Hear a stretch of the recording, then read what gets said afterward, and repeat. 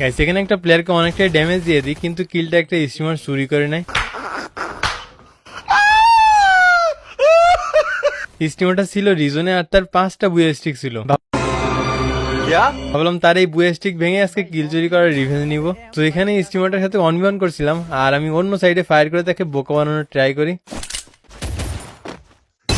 তো তার কাছ থেকেও দেখেন ले ले अच्छा बंदा है हैकर है, मुन्ना है यूजर है, मुन्ना नहीं है रियल मुन्ना है এরপর টিমমেটদেরকে রিভাইভ করার জন্য ভেন্ডিং এ যাচ্ছিলাম, কিন্তু একটা প্লেয়ার আচমকা রাশ করে দেয় আর তাকেও নক করে দিই। ভাবলাম এবার টিমমেটদেরকে রিভাইভ দেবো, কিন্তু আমার কাছে যে টোকেন নেই এটা খেয়াল করিনি। এর ভিতর আরেকটা টিমমেটও নক হয়ে যায়। এখন আমি একা বেঁচে আছি, কিন্তু সমস্যা হলে এখানে ইউটিউবারের পুরো স্কোয়াড ছিল,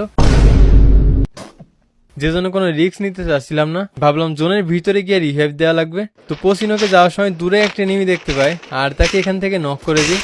এখানে সামনে যেতে একটু ভয় হচ্ছিল, কারণ তার টিমমেটও থাকতে পারে, কে কোন দিক থেকে হেড মারবে তার ঠিক নেই। তারপরে একটাকে দূর থেকে নক করে দিই, তারপর তার ছয় মেরেই একটা এনিমি কিছু বুঝে ওঠার আগেই নক হয়ে যায়। ফাইনালি নিশ্চিন্তে রিভাইভ করে দিই আর ফাইনালি স্টিমার স্পট থেকে পেয়ে যায়। তো তার কাছ থেকেও দেখেন। अरे मुन्ना का स्क्वाड है क्या ये मुन्ना है मुन्ना का स्क्वाड ही है। তারপর লাস্ট ফাইটটুকু এনজয় করুন। अबे फाइट हो रहा है कि